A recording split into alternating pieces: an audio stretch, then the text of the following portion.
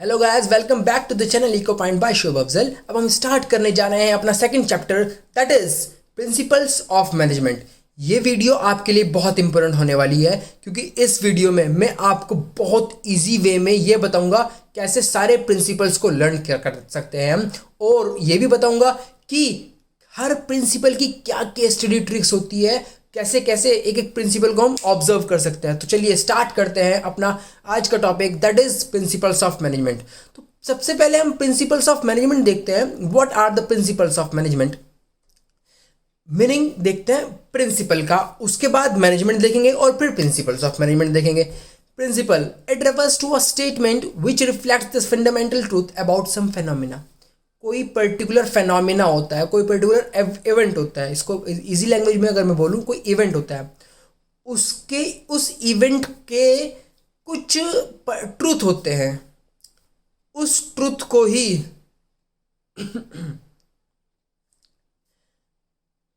अगर मैं easy language में बोलूँ कि phenomena, phenomena means event. Event कुछ एक इवेंट होता है, उस इवेंट का कुछ जो ट्रुथ बताता है वही प्रिंसिपल होता है। ट्रुथ कैसा बताता है भाई, जितनी भी फैक्ट्स एंड फिगर्स होते हैं वो प्रिंसिपल का काम करते हैं हमारे लिए। हम मैनेजमेंट में प्रिंसिपल उसे कहते हैं कोई जो बहुत ज़्यादा एक्सपेरिमेंट करके, बहुत ज़्यादा ऑब्जर्व करके कोई स्टेटमेंट बन गई है, तो वही प्रिंसिपल का काम करती है, वही प्रिंसिपल होगी। यहाँ पर आपके स्कूल वाला प्रिंसिपल नहीं है, यहाँ पर डिफरेंट प्रिंसिपल जिसमें PLE आता है। चलिए, management indicates what manager does. आप मैनेजमेंट का पूरा चैप्टर पढ़ चुके हो, चैप्टर नंबर 1। और मैनेजमेंट मैंने आपको ये बताया था, जो भी मैनेजर काम करता है वही मैनेजमेंट होता है। मैनेजर कुछ भी कर रहा है वो मैनेजमेंट होगा। चलिए, देयरफॉर अ प्रिंसिपल क्या होता है, therefore the principles of management are the statement of fundamental truth which act as a guidelines for taking managerial actions and decisions. देखिए, प्रिंसिपल्स ऑफ मैनेजमेंट सिंपल सी लैंग्वेज में बता रहा हूँ कि जो गाइडलाइंस हर मैनेजर को फॉलो करनी पड़ती है जब वो कोई मेन डिसीजन लेता है, जब वो कोई एक्शन करता है, कोई भी काम करने से पहले जो भी गाइडलाइंस हमें फॉलो करनी पड़ती है वही प्रिंसिपल्स ऑफ मैनेजमेंट कहलाते हैं। बहुत सिंपल बता दिया मैंने आपको क्या प्रिंसिपल्स ऑफ मैनेजमेंट होते हैं। अब जो ये प्रिंसिपल्स दिए हैं हमारे दो भाइयों ने दिए हैं। पहला भाई हमारा है वो है फेयोल साहब, और दूसरा हमारा भाई है वो है टेलर साहब। अब ये जो टेलर है ये दर्जी नहीं है, ये टेलर है। अब हम दोनों के प्रिंसिपल्स पढ़ेंगे कि कितने कितने प्रिंसिपल्स किसने दिए हैं। फेयोल ने 14 प्रिंसिपल्स दिए हैं और टेलर ने 4 प्रिंसिपल्स दिए हैं प्लस 9 टेक्निक्स दिए हैं इसने। अब हम एक एक करके डीपली सारे के सारे प्रिंसिपल्स को पढ़ने जा रहे हैं। सबसे पहले फेयोल्स प्रिंसिपल ऑफ मैनेजमेंट में देखिए, फेयोल का कुछ बैकग्राउंड है, आप यहाँ से बैकग्राउंड को पढ़ सकते हो। आप अगर कोई भी प्रिंसिपल आए लिखने के लिए, अगर आप उसका बैकग्राउंड देते हो तो एक अच्छा इम्पैक्ट पड़ता है एग्जामिनर पर, तो इसलिए आप पढ़ सकते हो उसको, सिर्फ पढ़ने का, रीड करने का है ये। तो अब हम बिना टाइम वेस्ट किए स्टार्ट कर रहे हैं। Principles of management developed by Fayol. Fayol ने कौन से प्रिंसिपल्स दिए हैं हमें? ट्रिक याद करने की 14 प्रिंसिपल हैं। इतना बड़ा, इतनी सारी हेडिंग्स कहाँ से याद रखेंगे भाई? तो आप ऐसे याद रख सकते हो उसको। डैड, USSR, ओ आई सी। तो ये जो को 14 हो रहे हैं एग्जैक्ट, आप इसको काउंट कर लेना। 14 जो है ना लेटर है ये, तो 14 यही हमारे प्रिंसिपल है। डैड, USSR, ओ आई सी, याद करना बिल्कुल। बहुत कितना इजी हो गया देखिए आपके लिए लर्न करना। अब dad means D, division of work. Number 1 principle हमारा डिविजन ऑफ वर्क। इसके नाम से हमें कुछ ऐसा लग रहा है काम को बांटना, तो ये वही होता है जो इसके नाम से लग रहा है। क्या होता है, एक ऑर्गेनाइजेशन के अंदर बहुत सारा वर्क होता है, उस वर्क को हम बांट कर करेंगे तो बहुत अच्छा होगा, फेयोल साहब कहते हैं। अब उस वर्क को बांटना कैसे है, उस वर्क को डिवाइड कैसे करना है? उस वर्क को according to their ability, according to their capability work को डिवाइड करना है। We must divide the work according to their ability and capability. हर बंदे की एबिलिटी के हिसाब से, हर बंदे की कैपेबिलिटी के हिसाब से हमें वर्क को डिवाइड कर देना है। ये कहता है डिवीजन ऑफ वर्क। अब एबिलिटी कैपेबिलिटी क्या होती है? एबिलिटी एंड कैपेबिलिटी भी आप समझ लीजिए। एबिलिटी का मतलब आपकी एक फिजिकल स्ट्रेंथ किसी काम को करने की। कैपेबिलिटी का मतलब आपकी मेंटल स्ट्रेंथ किसी काम को करने की। देखो, आप जब एग्जाम्पल देता हूँ, आप जब लीव एप्लीकेशन लिखते हो कि I am unable to come to school, that's why grant me a leave for a day. I am unable, leave application में लिखता है आई एम अनेबल, मैं योग्य नहीं हूँ काम स्कूल आने के।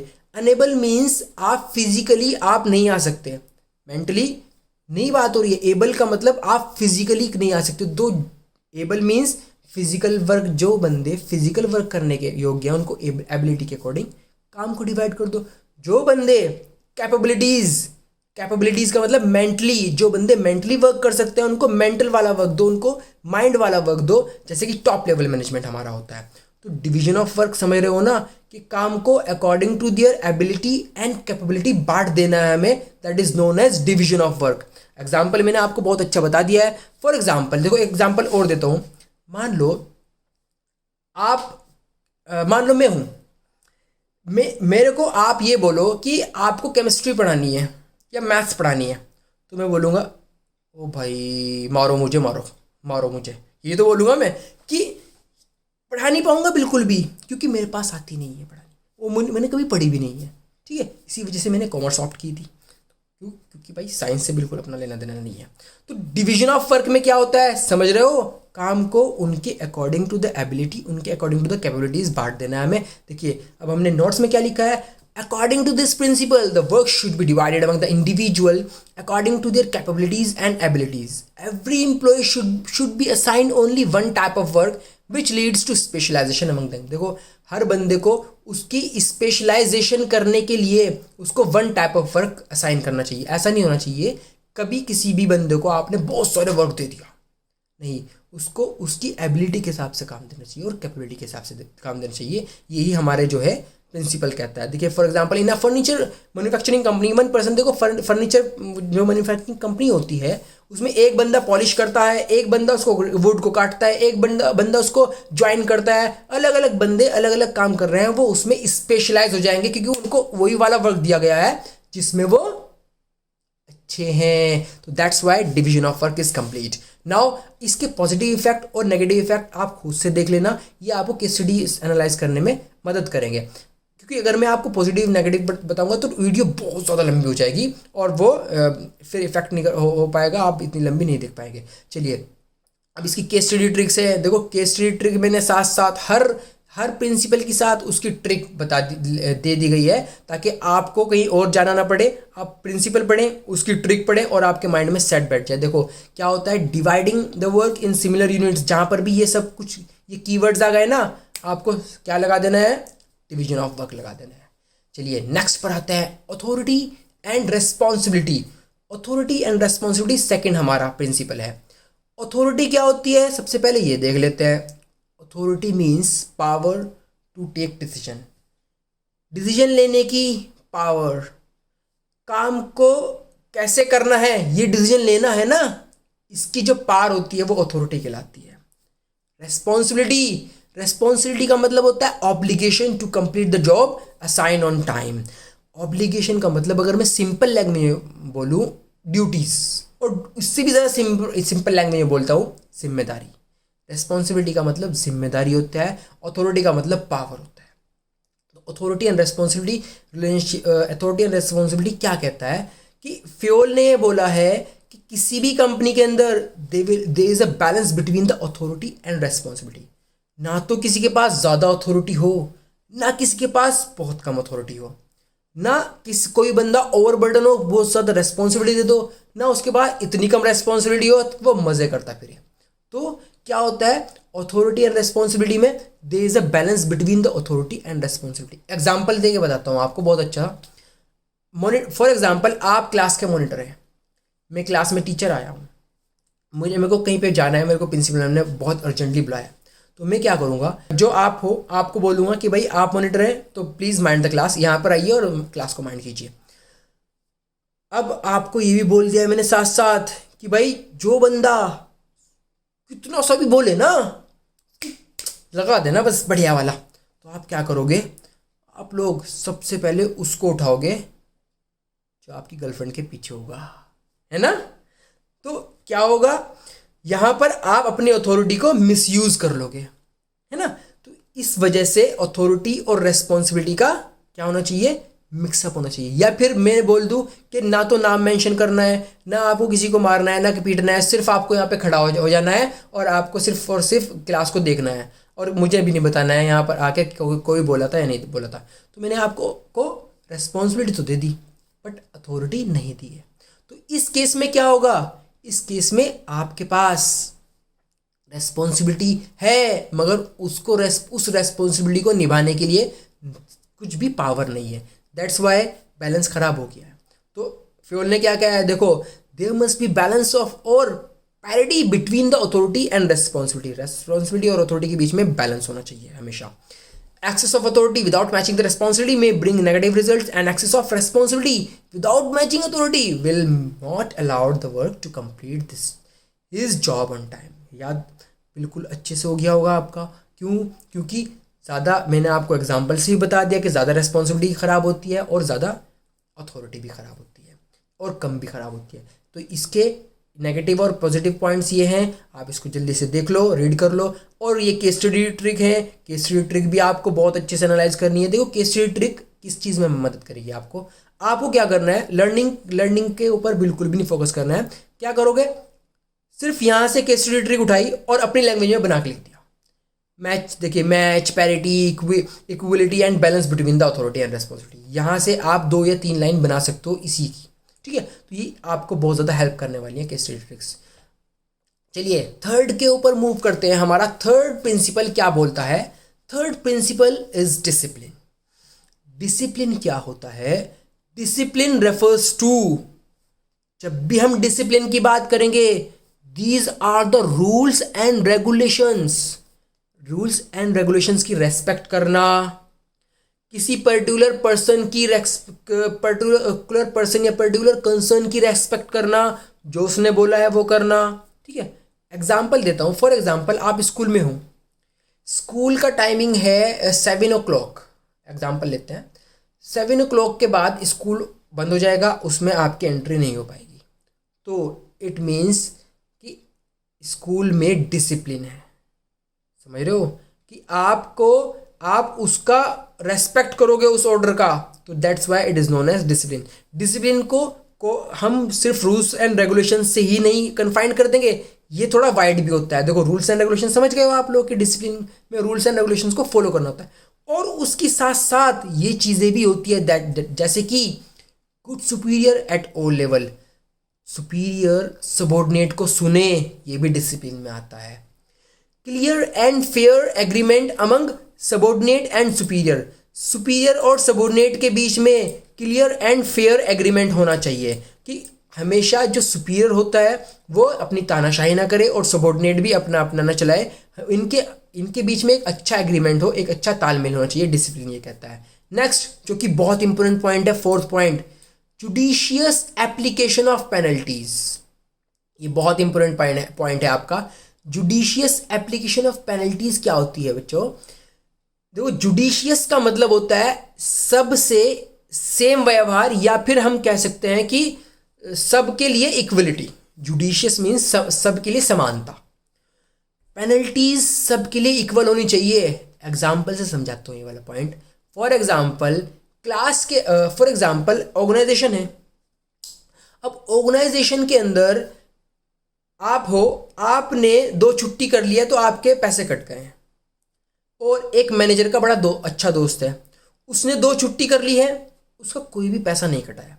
तो यहाँ पर क्या हुआ है, जुडिशियस एप्लीकेशन नहीं हुई है पेनल्टीज़ की। पेनल्टी आपके ऊपर तो लगा दी गई है, मैनेजर के दोस्त के ऊपर नहीं लगाई दी गई थी। क्यों? क्योंकि यहाँ पर समानता नहीं है। तो that's why the discipline is lacking behind this situation, जो मैंने अभी आपको बताई है। तो ये आपके समझ में आ गया डिसिप्लिन। और एक और बात बहुत इंपॉर्टेंट जो है, ये जो दो पॉइंट है ना लास्ट के, ये बहुत ज़्यादा इंपॉर्टेंट है आपके दोनों पॉइंट, ठीक है। तो आप इन दोनों पॉइंट को बहुत अच्छे से ज़रा याद करके जाना, और अगर आप एग्जाम में ये दोनों पॉइंट कोट कर दो ना, तो आपको पूरे मार्क्स मिलने वाले हैं, पूरे के पूरे।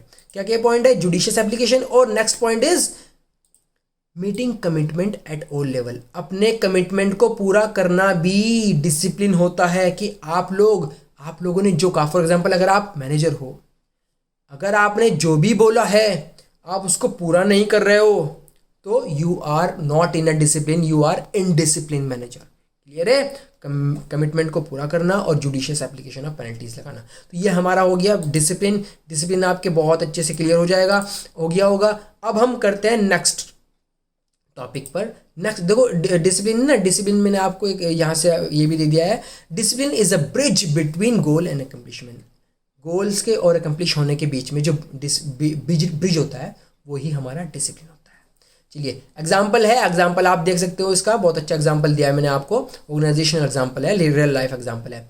तो अब पॉजिटिव और नेगेटिव इफेक्ट आपको खुद से देखना है और इसको बहुत अच्छे से एक बार सिर्फ रीड करना है, पॉजिटिव को कोट नहीं करके आना है, उसको सिर्फ और सिर्फ रीड करना है नेगेटिव दोनों को। केस स्टडी ट्रिक्स मैंने साथ साथ दे दी है, ये भी आपको बहुत अच्छे से देख लेनी है। ठीक है, देखिए following a code of conduct है ना। चलिए नेक्स्ट आते हैं फोर्थ प्रिंसिपल, हमारे फोर्थ प्रिंसिपल की तरफ, that is unity of command. Unity of, देखो सबसे पहले हम यूनिटी की बात करते हैं। यूनिटी का मतलब होता है सिंगल, कमांड का मतलब होता है ऑर्डर। तो सिंगल ऑर्डर मींस ऑर्डर जहां से भी आए, ऑर्डर को अगर हम और इलेबोरेट करें, इंस्ट्रक्शंस। बॉस हमेशा ऑर्डर देता है, बॉस हमेशा इंस्ट्रक्शंस देता है। तो यूनिटी ऑफ कमांड का मतलब यहां पर है कि व्हेन इंस्ट्रक्शंस जब भी आए वो सिंगल आदमी से आनी चाहिए, यूनाइट होनी चाहिए, कभी भी दो बंदों से इंस्ट्रक्शंस ना आनी चाहिए। अगर दो बंदों से इंस्ट्रक्शन आएगी तो बहुत प्रॉब्लम होने वाली है ऑर्गेनाइजेशन के अंदर। तो unity of command implies that there should be one boss for everyone and for every group. हर ग्रुप के लिए, हर एम्प्लॉय के लिए एक बॉस होना चाहिए जो उसको इंस्ट्रक्शन देने वाला हो। इंस्ट्रक्शन हमेशा दो तरफ से नहीं आनी चाहिए। देखिए, it implies that every worker should receive order और instructions from one superior only. एक सुपीरियर होना चाहिए। सुपीरियर और सबॉर्डिनेट समझ सकते हो ना। सुपीरियर मीन्स हेड और सबॉर्डिनेट मीन्स उससे जो नीचे काम करते हैं छोटे वाले लोग, वो सबॉर्डिनेट कहलाते हैं। अगर मान लीजिए एक टीचर है, टीचर के से जो स्टूडेंट पढ़ रहा है वो उसके सबॉर्डिनेट कह लीजिए, और टीचर को सुपीरियर बोल सकते हैं हम लोग। Otherwise it will create confusion, chaos, conflict, disturbance and overlapping of the activities.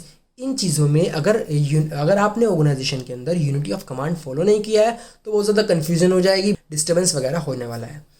For example देखते हैं, बहुत अच्छा एग्जाम्पल दिया। देखो, a sale person is asked to clinch a deal with the buyer and is allowed to give 10% discount. ऐसे ही ये ना आप एक स्टडी भी आ सकती है। देखो, एक सेल पर्सन है, उसको ये बोला है कि भाई आपको डील फाइनल करनी है अपनी सेल्स की और 10% डिस्काउंट दे सकते हो, आपको आप इसको 10% डिस्काउंट दे सकते हो अपनी सेल को फाइनल करने के लिए।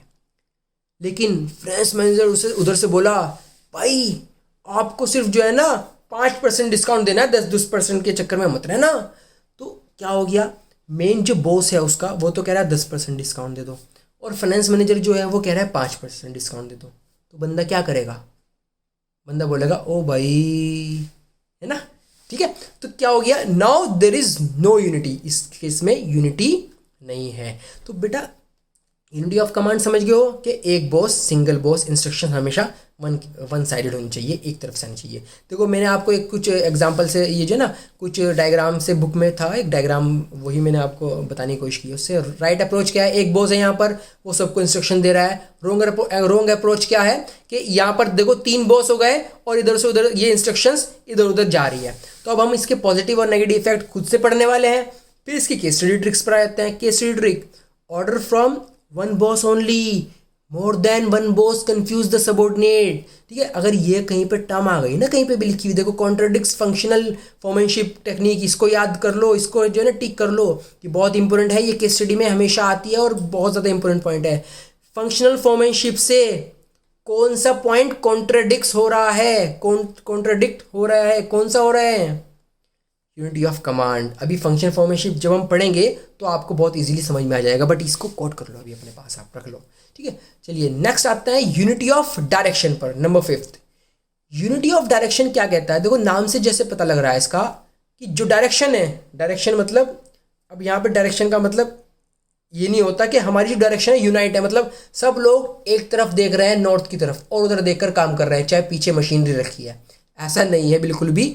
यूनिटी ऑफ डायरेक्शन का मतलब होता है कि सब लोगों की डायरेक्शन एक ही होनी चाहिए, चाहे वो कोई भी डिपार्टमेंट हो, चाहे वो एम्प्लॉय, कोई भी एम्प्लॉय ऑर्गेनाइजेशन का, चाहे कोई भी बंदा हो, उसकी डायरेक्शन क्या होनी चाहिए? Towards the achievement of the organisation goal. देखो यहाँ पर इसका ना ये मैंने कोट कर दिया है, वन हेड वन प्लान। क्या होता है बेसिकली, एक जो हमारा ये जो ना एक्सटेंशन है किसका?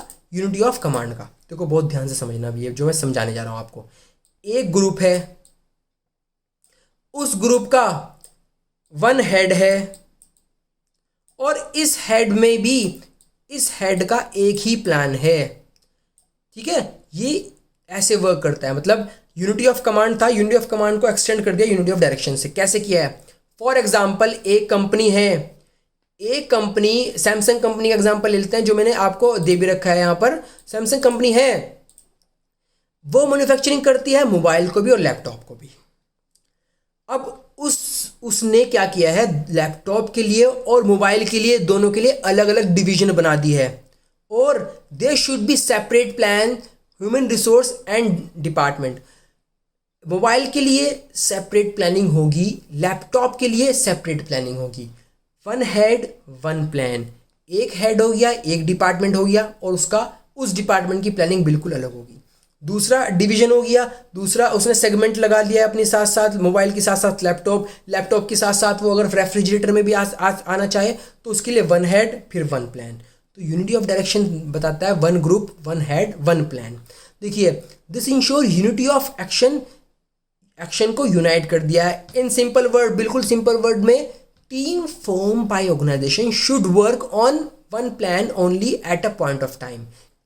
कोई भी टीम हो वो सिर्फ और सिर्फ एक प्लान पर एक टाइम में काम करेगी, यही यूनिटी ऑफ डायरेक्शन कहता है। सबकी एक डायरेक्शन होगी, याद रखना इसको बिल्कुल भी। अब आप भूलेंगे नहीं कभी भी कि डायरेक्शन कैसी होगी, एक तरफ। वो एक तरफ कौन सी होती है? दैट इज ऑर्गेनाइजेशन गोल को अचीव करने की। क्लियर? अब हम देखते हैं इसके नेगेटिव और पॉजिटिव पॉइंट। ये आपको खुद से रीड करना है, एक बार रीड कर लेना, केस स्टडी एनालाइज करने में बड़ी आसानी हो जाएगी। अब केस स्टडी ट्रिक्स देखते हैं। देखो जहाँ पर भी ये टर्म आ गए ना, सारी टर्म, कोई सी भी टर्म आ जाए, वहाँ पर आपको क्या लगाना है? Unity of direction. ठीक है, चलिए अब इसके बीच का डिफरेंस आपको खुद से रीड कर लेना है। ये कभी आता तो नहीं वैसे एग्जाम में डिफरेंस, लेकिन फिर भी आप एक बार देख लेना। चलिए, बहुत इंपॉर्टेंट आने वाला है भाई। सिक्स्थ जो आपका ये प्रिंसिपल है बहुत इंपॉर्टेंट है, एग्जाम पॉइंट ऑफ व्यू से बहुत ज़्यादा इंपॉर्टेंट है। देखिए, इसको बहुत अच्छे से समझना है हमें। Subordination of individual interest to general interest. Subordination क्या होता है? सबॉर्डिनेशन मीन्स मतलब अभी अभी आपको बताया है, एक सुपीरियर के डाउन में जो भी काम करता है वो सबॉर्डिनेट। बॉस के नीचे subordinate. For example top level के नीचे जो काम कर रहे हैं वो मिडिल लेवल वाले जो है वो सबॉर्डिनेट कहलाएंगे सुपीरियर के लिए। क्लियर है? लोअर लेवल वाले सबॉर्डिनेट कहलाएंगे मिडिल लेवल के लिए। Subordination of individual interest to general interest. देखो अभी देखते हैं इंडिविजुअल इंटरेस्ट क्या चीज़ है। ये इंडिविजुअल इंटरेस्ट मीन्स जब भी कोई बंदा ज्वाइन करता है किसी भी ऑर्गेनाइजेशन को, उसका कोई इंडिविजुअल इंटरेस्ट होता है, वही उसका इंडिविजुअल इंटरेस्ट। फॉर एग्जांपल, अगर आप कोई भी इंडस्ट्री, कोई भी कंपनी ज्वाइन कर रहे हो, अगर आप उसको अपने फ़ायदे के लिए करो, वैसे सभी फ़ायदे के लिए कर रहे हैं, जैसे कि हाई सैलरी, जैसे कि वर्किंग प्रमोशन वगैरह, करियर का बहुत अच्छा वहाँ पर स्कोप है, इस वजह से कर रहे हो, या फिर आप उसको उस कंपनी के मालिक को ना तबाह करना चाहते हो, निश्चित नाबूद करना चाहते हो, जैसे कि धड़कन मूवी में था, तो ये भी हमारा कोई ऑब्जेक्टिव हो सकता है। ठीक है, तो इंडिविजुअल इंटरेस्ट एक बंदे का इंटरेस्ट, जनरल इंटरेस्ट सबका इंटरेस्ट। सब कौन होते हैं? वो ऑर्गेनाइजेशनल इंटरेस्ट। तो subordination of individual interest to general interest क्या कहता है? देखिए यहाँ पर मैंने एग्जांपल दिया है इंडिविजुअल इंटरेस्ट का, और यहाँ पर दिया है जनरल इंटरेस्ट का। सर्वाइवल प्रॉफिट ग्रोथ होती है general interest, organization. According to this principle, the interest of organization should take priority over the interest of any one individual employee. कोई भी एम्प्लॉय अगर चाह रहा है अपना इंटरेस्ट पहले रखना और ऑर्गेनाइजेशन का इंटरेस्ट बाद में रखना, तो इस प्रिंसिपल का वो क्या कर रहा है? वॉयलेट कर रहा है इस प्रिंसिपल को। तो आप समझ रहे हो कि अगर जनरल इंटरेस्ट सामने है तो पहले हमें जनरल इंटरेस्ट में देखना है, पहले हमें ऑर्गेनाइजेशनल इंटरेस्ट देखना है, उसके बाद इंडिविजुअल इंटरेस्ट को देखना है। पहले ऑर्गेनाइजेशन इंटरेस्ट होता है, फिर उसके बाद subordination of the individual interest होता है। सबऑर्डिनेशन मीन्स छोटा, समझ रहे हो? तो इंडिविजुअल इंटरेस्ट जो है वो छोटा होता है जनरल इंटरेस्ट के सामने, जनरल इंटरेस्ट बड़ा होता है, ये कह रहा है ये वाला प्रिंसिपल। ठीक है, तो ये manager must take all the decisions in the organization by giving priority in the organization interest and not his personal interest. देखो आपको एग्जांपल देता हूँ। फॉर एग्जांपल आप हो, आपका एक लड़का है वो जो इंजीनियरिंग कर रहा है और जो इंजीनियरिंग करके पास आउट हो गया और आप किसी एक अच्छी कंपनी में काम करते हो, तो आप ये चाहोगे उसी कंपनी में ये भी ज्वाइन हो जाए, बहुत अच्छी कंपनी है, बड़ी कंपनी है, तो आप बॉस से रिकमेंड करोगे कि यार मेरा भी एक बच्चा है छोटा सा प्यारा सा मुन्ना सा, उसको ज़रा ज्वाइन करा लो यार, उसको ना अभी भी इंजीनियरिंग पास आउट हुआ है, वो इंजीनियर है वो। तो बॉस कहेगा मेरे पास बहुत सारी एप्लीकेशंस हैं, यहाँ पर मुझे अभी टाइम नहीं है, मैं अभी इन एप्लीकेशंस को देख रहा हूँ और मेरे पास बहुत सारे बंदे हैं। तो इस केस में क्या होगा, इस केस में प्रॉब्लम ये आएगी कि अगर आपने बोल दिया कि भाई मैं भी छोड़ने वाला हूँ जॉब, अगर आपने मेरे बच्चों को नहीं रखा है तो मैं भी छोड़ दूंगा जॉब, तो अब क्या आपको आपके छोड़ने की वजह से मैनेजर बॉस क्या जनरल इंटरेस्ट को त्याग देगा, इंडिविजुअल इंटरेस्ट देखेगा, आपका इंटरेस्ट देखेगा नहीं। उसको क्या करना है, उसको वो कहेगा भाई छोड़ना है छोड़ दो, बट मेरे को इंडिविजुअल इंटरेस्ट नहीं देखना है, मेरे को जनरल इंटरेस्ट देखना है। That is known as subordination of individual interest to general interest. देखो a manager cancel his pleasure trip in order to attend an important meeting. क्या हो रहा है, एक मैनेजर है, मैनेजर को कहाँ पे जाना है, एक प्लेजर ट्रिप पे जाना है, छुट्टी मनाने जाना है, लेकिन एकदम से एक इंपॉर्टेंट मीटिंग आ रही है जिसमें बहुत अच्छा प्रोजेक्ट मिलने वाला है उनको, तो उसको अपनी ट्रिप कैंसिल करनी पड़ेगी, अपना इंडिविजुअल इंटरेस्ट कैंसिल करना पड़ेगा जनरल इंटरेस्ट के बदले। क्लियर है ये बात, बहुत सिंपल से मुझे बता दिया मैंने आपको। अब ये पॉजिटिव नेगेटिव आप देख लेना, इसके केस स्टडी ट्रिक मैंने बहुत सारी दे दी है, इसकी आपको सारी देखनी है एक बार। कोई भी केस स्टडी ट्रिक जो है अपनी ऐसा ना हो कि कोई भी केस स्टडी ट्रिक छूट जाए, इसलिए सारी ट्रिक्स आपके सामने है।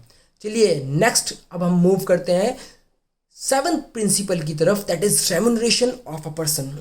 रेम्यूनरेशन किसे कहते हैं, रेम्यूनरेशन का मतलब होता है सिंपल सी लैंग्वेज में सैलरी, वेजेस, जो हमें काम करने के बाद मिलती है वो हमारी सैलरी होती है, वो हमारी वेजेस होती है। तो रेम्यूनरेशन ऑफ अ पर्सन क्या होता है अकॉर्डिंग टू द फेयोल साहब ने ये बोला है कि जब भी हम रेम्यूनरेशन को सेट करेंगे वो 3 क्राइटेरिया देखकर सेट करेंगे। क्या कि सबसे पहली बात तो है रेम्यूनरेशन फेयर और एडिक्वेट होनी चाहिए, मतलब मैक्सिमम सेटिस्फेक्शन दे। अगर आप किसी कंपनी के अंदर काम कर रहे हो तो सबसे इम्पोर्टेंट चीज़ आप ये देखोगे कि उस कंपनी के अंदर अच्छी सैलरी है या नहीं है, सबसे पहली चीज़ नंबर 1 प्रायोरिटी होगी आपकी, बाद में करियर ऑप्शंस आते हैं। तो इसलिए रेम्यूनरेशन ऑफ अ पर्सन में क्या होता है, फेयर एंड एडिक्वेट क्या होनी चाहिए, सैलरी होनी चाहिए आपकी। ऐसा ना हो कि भाई आप लोग जो है कम कमा रहे हो, आपकी पोस्ट पर सेम कोई और बंदा काम कर रहा है वो ज़्यादा कमा रहा है, ऐसा नहीं होना चाहिए कभी भी। 3 चीज़ें क्या याद रखनी है जब भी हम रेम्यूनरेशन को डिसाइड करेंगे। 1 financial capacity of a concern, आपकी अगर फाइनेंशियल कैपेसिटी कमज़ोर है तो आपको थोड़ा बहुत ज़्यादा पे कर दे, number 1। By keeping in mind the minimum wage act of a government. Minimum wage act मतलब दिहाड़ी कितनी चल रही है, हम मजदूर को अगर बुलाते हैं तो उनको 350 रुपये 400 रुपये दिहाड़ी चल रही है, तो वो सब जगह सेम होनी चाहिए। ये होता है मिनिमम वेज एक्ट, इतना मिनिमम तो कम से कम तो मिलेगा ही मिलेगा। इसको देखकर हमें रेम्यूनरेशन सेट करनी होती है। Next one, third one, the wages and salaries paid by the competitor. Competitor क्या सैलरी दे रहा है इस पोस्ट की, वो भी देखकर हम डिसाइड करते हैं अपनी रेम्यूनरेशन। तो रेम्यूनरेशन समझ गए हो, रेम्यूनरेशन का मतलब सैलरी, सैलरी मीन्स सैलरी जो होनी चाहिए वो एडिक्वेट होनी चाहिए, फेयर इनफ होनी चाहिए, कभी भी जो है ज़्यादा या कम नहीं होनी चाहिए। Employees should be paid fair wages and salary, उनको उनके काम के हिसाब से अच्छी सैलरी मिलनी चाहिए। ऐसा ना हो या तो बहुत ज़्यादा पे कर रहे हो या फिर बहुत कम पे कर रहे हो। ठीक है, रेम्यूनरेशन क्लियर हो गया। अब इसके पॉजिटिव और नेगेटिव आप जो है जल्दी से देख लो, और उसकी केस स्टडी ट्रिक देखो बहुत सारी दे दी है। Sharing the gains of the with employees, आप उसको बहुत अच्छे से देखना है सारी केस स्टडीज़ को। अब हम नेक्स्ट मूव करते हैं क्वेश्चन, दैट इज़ 8th। तो गाइस हम बाकी के जो 7 प्रिंसिपल्स हैं वो नेक्स्ट वीडियो में करेंगे, क्योंकि ये वीडियो बहुत लंबी हो जाएगी अगर इसी वीडियो में मैं बाकी के भी 7 बता दूंगा। तो चलिए इस वीडियो को एंड करते हैं, और वीडियो अगर पसंद आया आपको तो please subscribe it and share it.